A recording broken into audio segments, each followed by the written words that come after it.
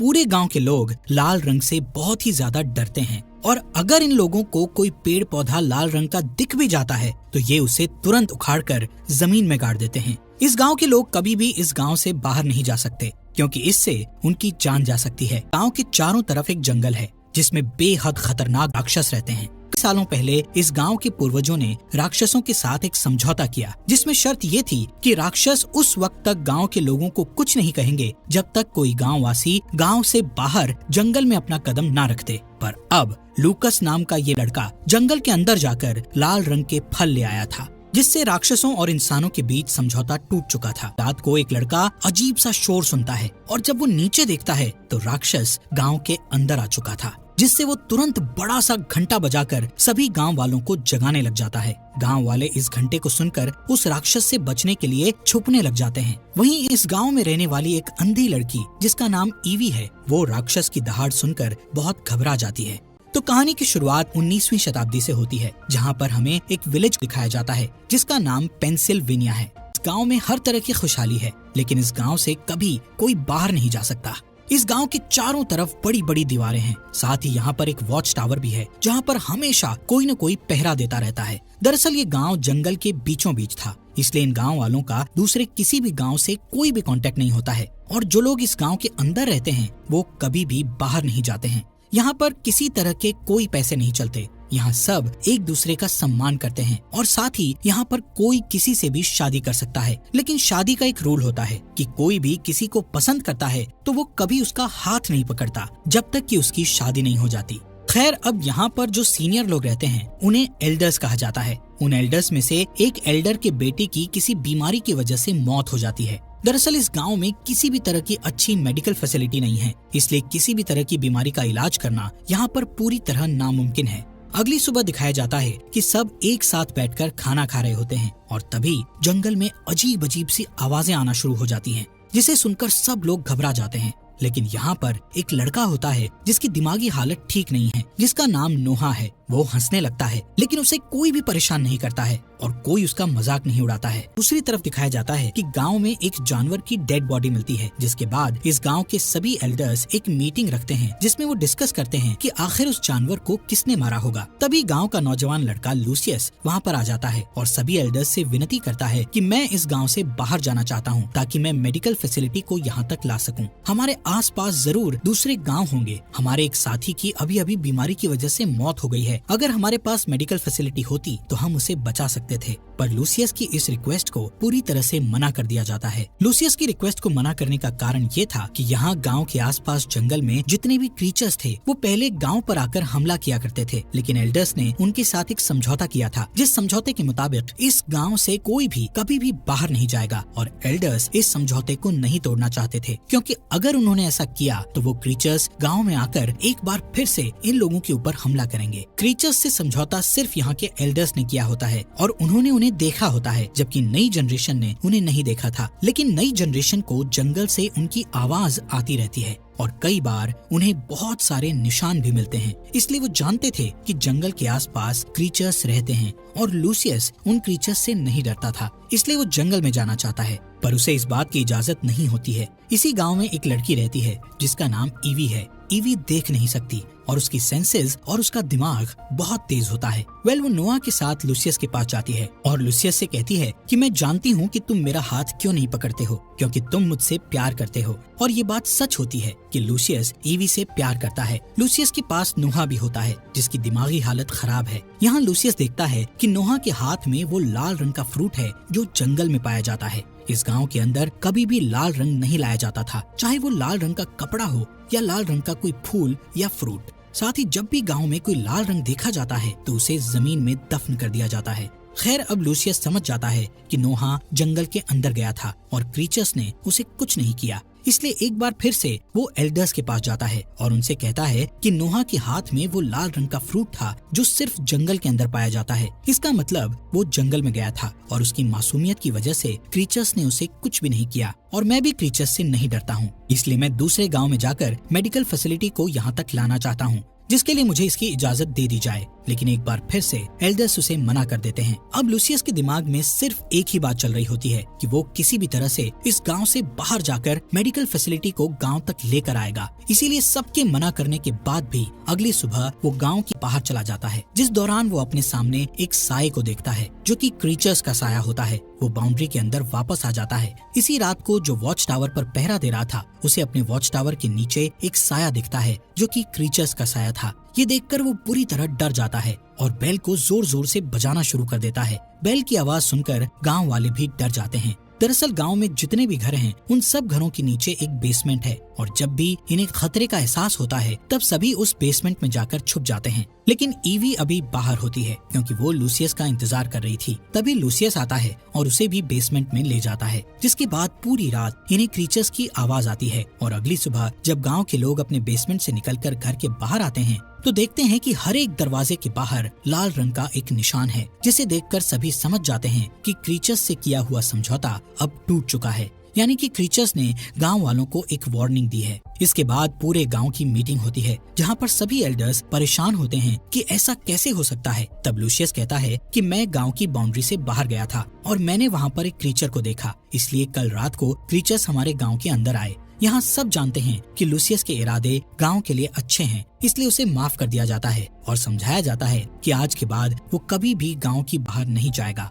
वहीं ईवी की बहन की शादी होती है, जिस वजह से पूरा गांव खुश होता है। शादी के बाद जब लोग अपने अपने घरों में वापस जाते हैं तो देखते हैं कि उनके घरों के बाहर किसी ने मरे हुए जानवर को लटका रखा है। जानवरों की बॉडी देखकर सब लोग एक बार फिर से डर जाते हैं। सबको डर लगता है कि क्रीचर्स आज भी गाँव में आएंगे, इसलिए लूसियस फिर से ईवी के घर जाता है जहां वो दोनों एक साथ बैठते हैं और तय करते हैं कि जल्द ही दोनों शादी कर लेंगे। अगली सुबह पता चलता है कि नोआ, जिसकी दिमागी हालत अच्छी नहीं है, उसे बहुत गुस्सा आता है क्योंकि बचपन से वो ईवी को पसंद करता था। इस वजह से अब उसके दिल में बदले की भावना जाग उठती है, जिसके चलते नोआ लूसियस को चाकू से जख्मी कर देता है।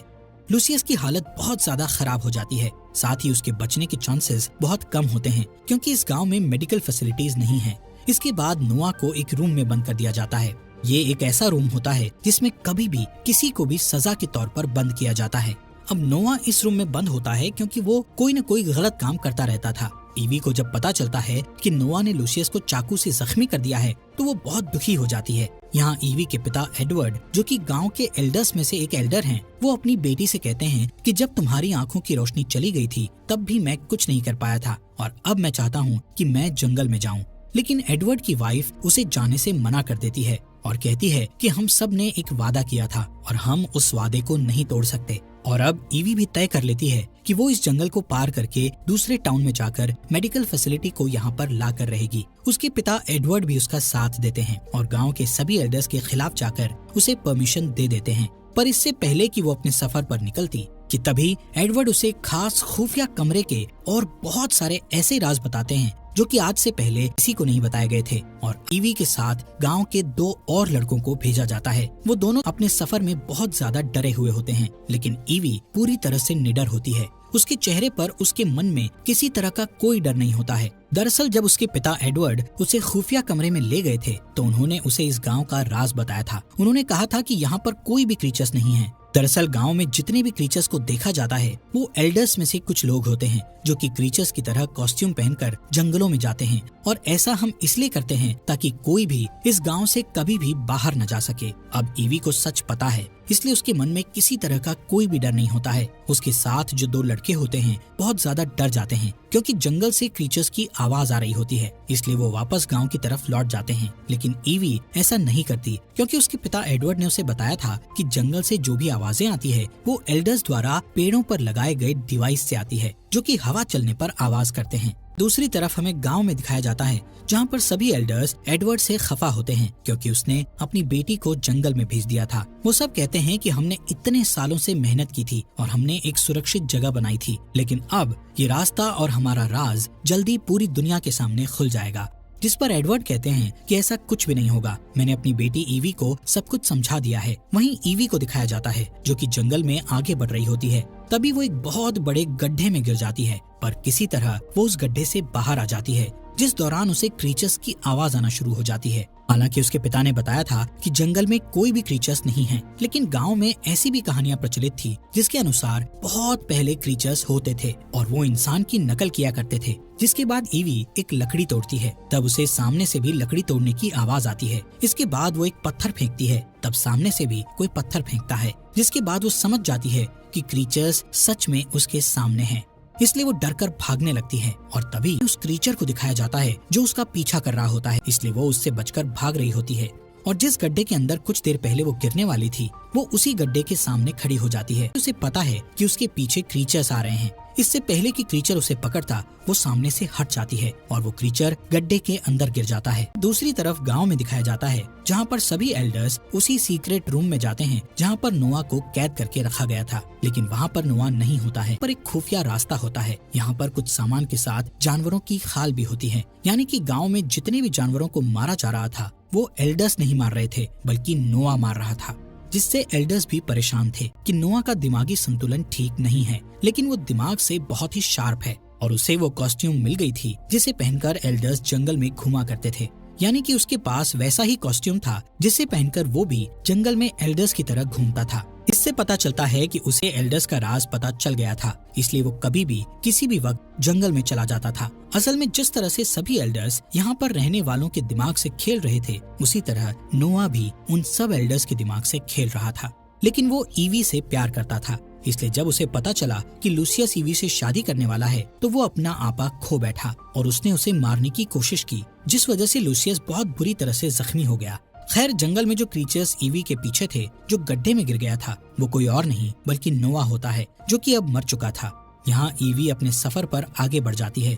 उसके पिता एडवर्ड ने उसे खुफिया रास्ता बताया था। अब ईवी रास्ते पर चलते हुए एक ऊंची दीवार को पार करती है जहाँ पर हम सड़क देखते हैं। तभी वहाँ एक गाड़ी आती है जिससे पुलिस वाला नीचे उतरता है। यहाँ पर हमें पता चलता है कि ये 19th सेंचुरी नहीं बल्कि 24th सेंचुरी है, यानी कि ये हमारा वक्त था।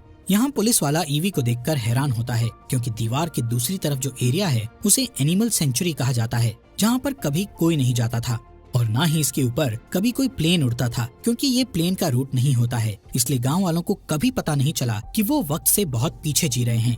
वहीं अंदर एल्डर्स को ये सच्चाई पता होती है क्योंकि उन्होंने उस गांव को बनाया है। इधर ईवी पुलिस वालों से कहती है कि मुझे मेडिकल हेल्प की जरूरत है। ये कहते हुए वो उस पुलिस वाले को एक चिट्ठी देती है जो कि उसके पिता एडवर्ड ने उसे दी थी, और साथ ही उसे एक सोने की घड़ी भी देती है क्योंकि उसके गाँव में पैसे नहीं होते हैं। हालांकि पुलिस वाला अपने सीनियर को बताना चाहता था, लेकिन जब वो ईवी की साफ नियत और उसके दुख को देखता है तो वो उसकी मदद करने के लिए तैयार हो जाता है और कुछ दवाइयाँ लाकर ईवी को दे देता है और उसे उसी जगह छोड़ देता है जहाँ पर ईवी को उसने पहली बार देखा था। इसके बाद ईवी वापस अपने गांव में आ जाती है और जो दवा वो लेकर आई थी वो अपने पिता को दे देती है, जिसके बाद वो दवा एडवर्ड को दी जाती है। यहाँ ईवी सबको बताती है कि जंगल में उसका सामना क्रीचर से हुआ था, लेकिन अब वो मर गया है। ये सुनने के बाद नोआ के माता पिता समझ जाते हैं कि उसकी मौत हो चुकी है, लेकिन वो ये बात किसी को नहीं बताते हैं और गांव में जितने भी लोग हैं उन सब के दिल में क्रीचर का डर अब भी होता है। अब सवाल ये उठता है कि एल्डर्स ने इन क्रीचर्स को बनाया ही क्यों?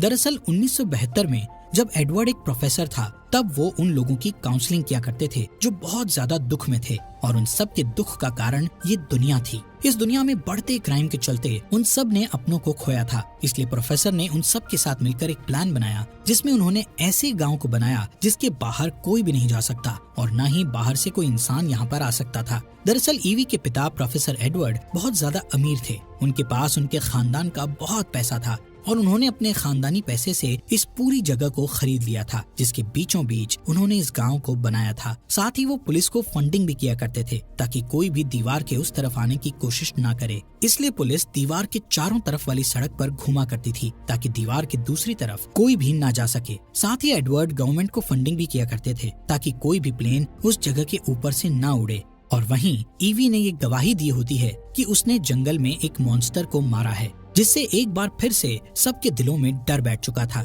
यानी कि इनका राज अभी भी राज ही रहेगा और गांव में जितने भी लोग हैं उन सबको एक पुराने तौर तरीकों वाली यानी कि 200 साल पुरानी जिंदगी को जीना होगा।